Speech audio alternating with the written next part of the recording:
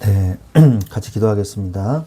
하나님 감사합니다. 오늘도 주의 말씀을 붙잡고 기도할 때 하나님의 뜻을 깨닫게 하시고 성령의 인도받게 하여 주시옵소서. 주 예수 그리스도의 이름으로 기도합니다. 아멘. 네, 오늘 하나님의 말씀은 사무엘 하 15장 21절부터 23절까지 말씀입니다. 같이 읽겠습니다. 이때가 왕께 대답하여 이르되, 이때는 이제 사람 이름입니다. 여호와의 살아계심과 내 주 왕의 살아계심으로 맹세하옵나니 진실로 내 주 왕께서 어느 곳에 계시든지 사나 죽으나 종도 그곳에 있겠나이다 하니, 다윗이 이때에게 이르되 앞서 건너가라 하매 가드 사람 이때와 그의 수행자들과 그와 함께한 아이들이 다 건너가고 온 땅 사람이 큰 소리로 울며 모든 백성이 앞서 건너가매 왕도 기드론 시내를 건너가니 건너간 모든 백성이 광야 길로 향하니라. 아멘. 네, 오늘 말씀은 압살롬의 반란으로 인해서 다윗이 급하게 예루살렘 성을 떠나서 요단강을 건너 이 마하나임 성으로 도망가는 중에 이 만난 이때라는 친위대 대장과 그의 이 대원들이 건너가는 장면을 우리는 오늘 본문 말씀으로 읽게 되었습니다. 사무엘하 15장의 전체 내용을 보면 압살롬은 병거와 호위병으로 위세를 과시하면서 성문에서 재판을 받으러 오는 백성들의 마음을 훔칩니다. 그는 다윗의 재판 행정을 비난하면서 민심을 얻은 뒤에 4년 후 헤브론에서 스스로 왕이 되었음을 선포하죠. 반역 소식을 들은 다윗은 유혈 사태를 피하기 위해서 급히 예루살렘을 떠납니다. 그의 신하들과 이방인 용병 이때가 생사를 함께 하겠다고 충성스럽게 그를 따르게 되는 것입니다. 다윗과 백성은 기드론 시내를 건너며 통곡하게 됩니다.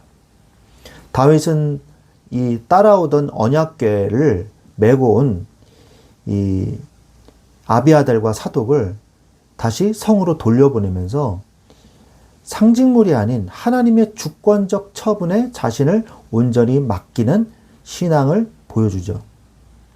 동시에 충신 후세에게는 같이 따라오겠다고 했지만 너는 남아있어라. 그래서 거짓으로 압살롬에게 투항해서 그의 모사 아히도벨의 계략을 깨트리라고 명령합니다.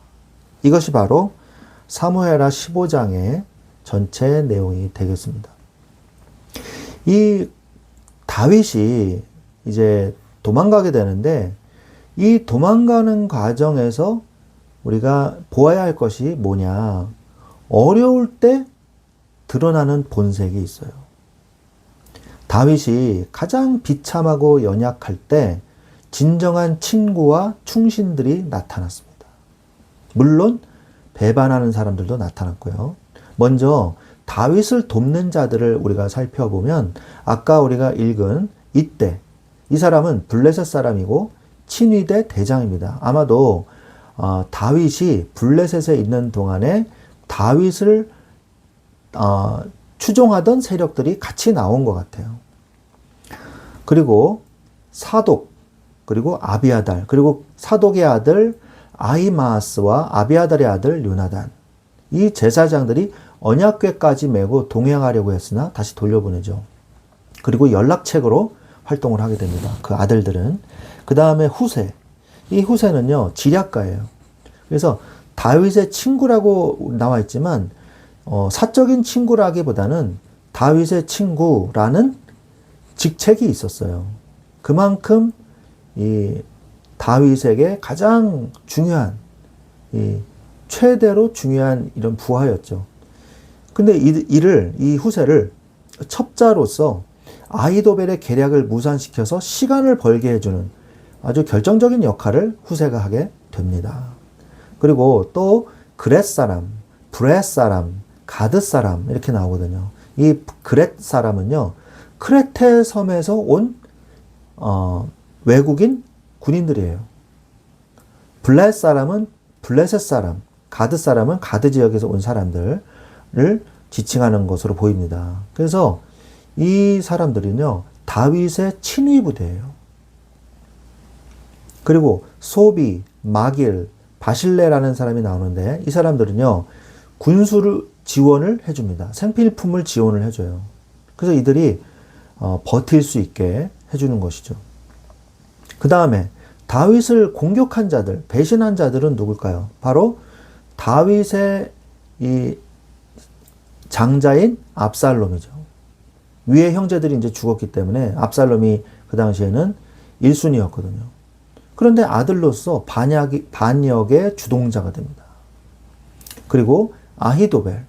이 아히도벨은요, 책사입니다.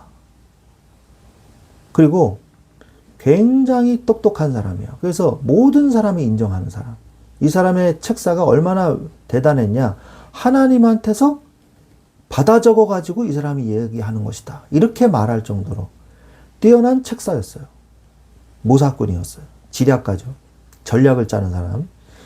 그런데 이 나중에 자신의 전략이 후세의 반대로 인해서 후세의 말이 더 그럴듯해 보니까 압살롬이 후세 말대로 하거든요. 그래서 먼저 쫓아가야 됩니다. 이렇게 얘기하는데 아닙니다. 전열해가지고 대군을 이끌고 가야 됩니다. 이렇게 함으로써 다윗에게 시간을 벌어주죠. 근데 그 순간 아히도벨은 알죠. 뭘 아냐? 아, 압살롬의 반란은 실패할 것이다. 자신의 이 의견이 묵살되자마자 조용히 짐을 싸서 고향에 가서 자살을 합니다.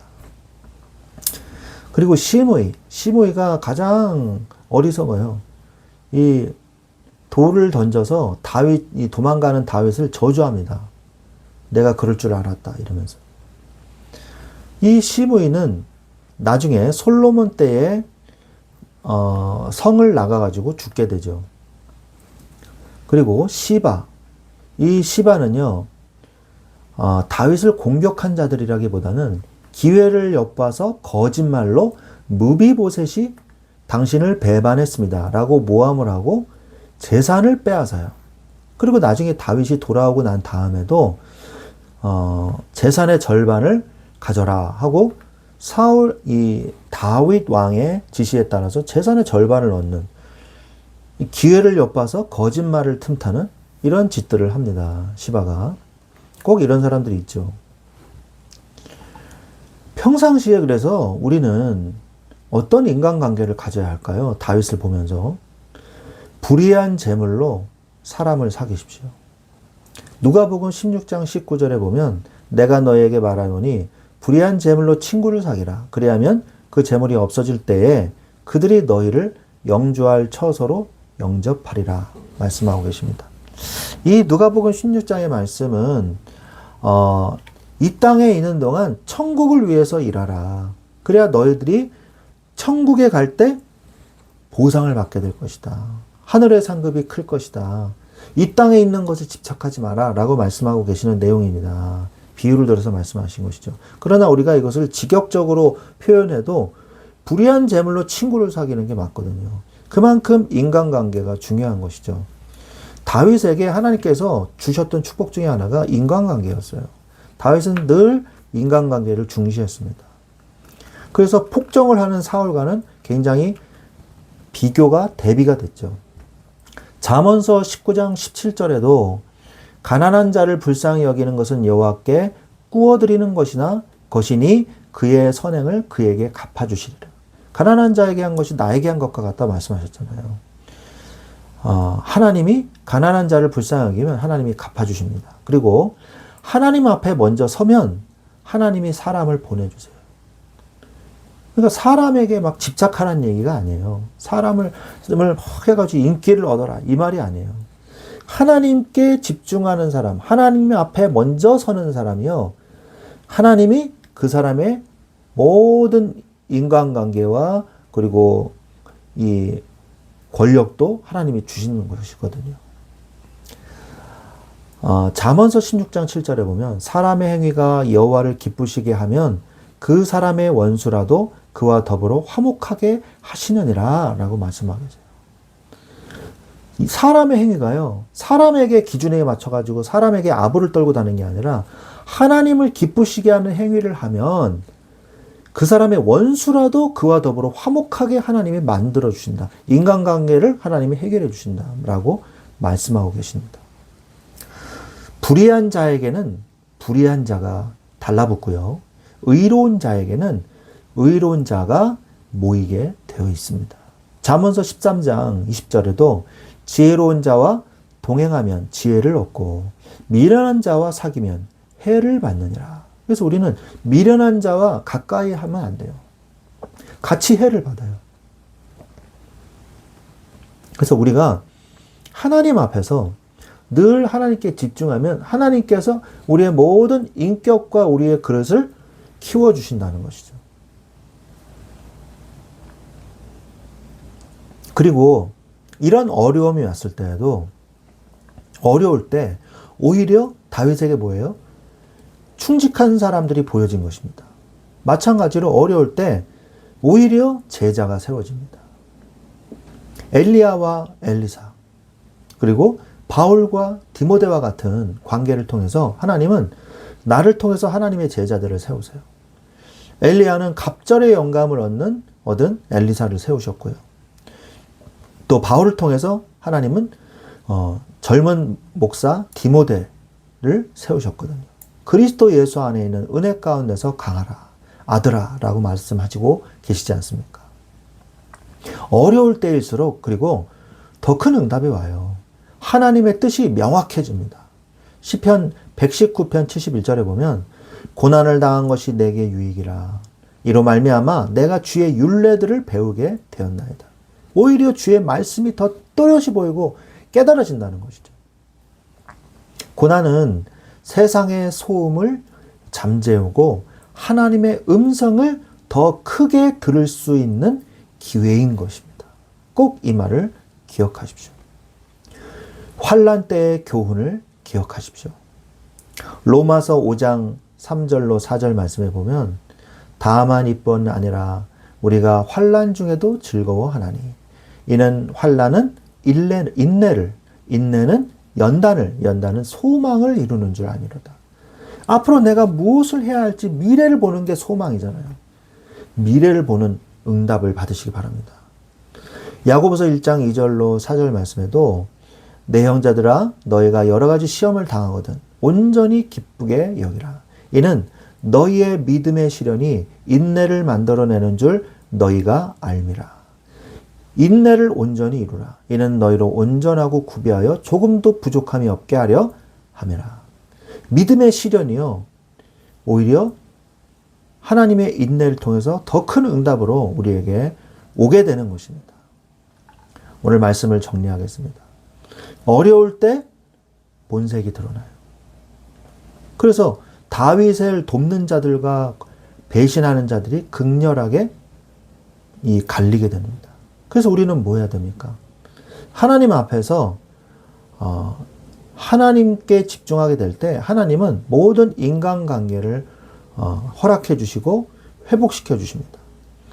그래서 어려울 때마다 하나님께서 우리에게 주시는 응답들을 받고 누리는 제자가 세워지는, 어려울 때 오히려 제자의 응답을 받는, 하나님의 뜻이 명확해지는 그러한 응답을 받으시기를 우리 주 예수 그리스도의 이름으로 축원드립니다. 아멘.